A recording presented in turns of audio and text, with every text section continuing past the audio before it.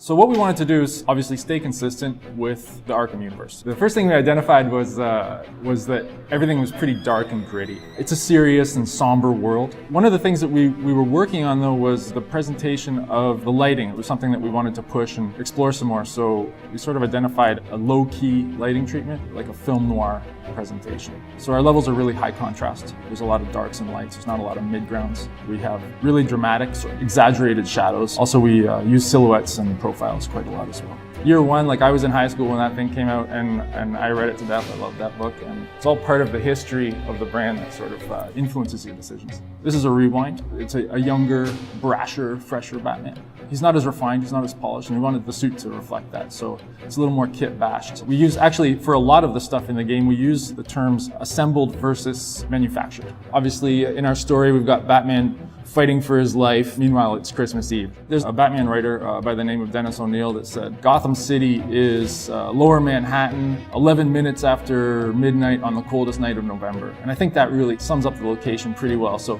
we kind of pushed that a little bit further. So instead of being the coldest night of November, now it's the coldest night of the year.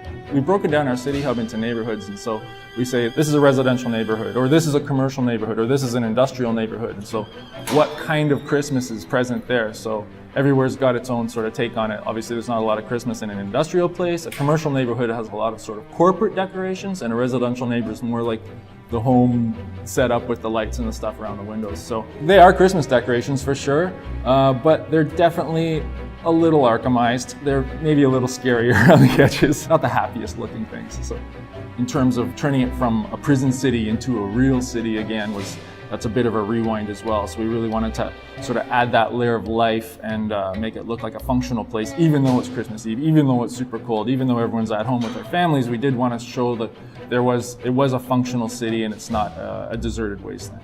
The Christmas and the snow changes everything. The impact is quite huge. It's unbelievable. You can be standing in a spot that you recognize really well, and it looks like a brand new spot.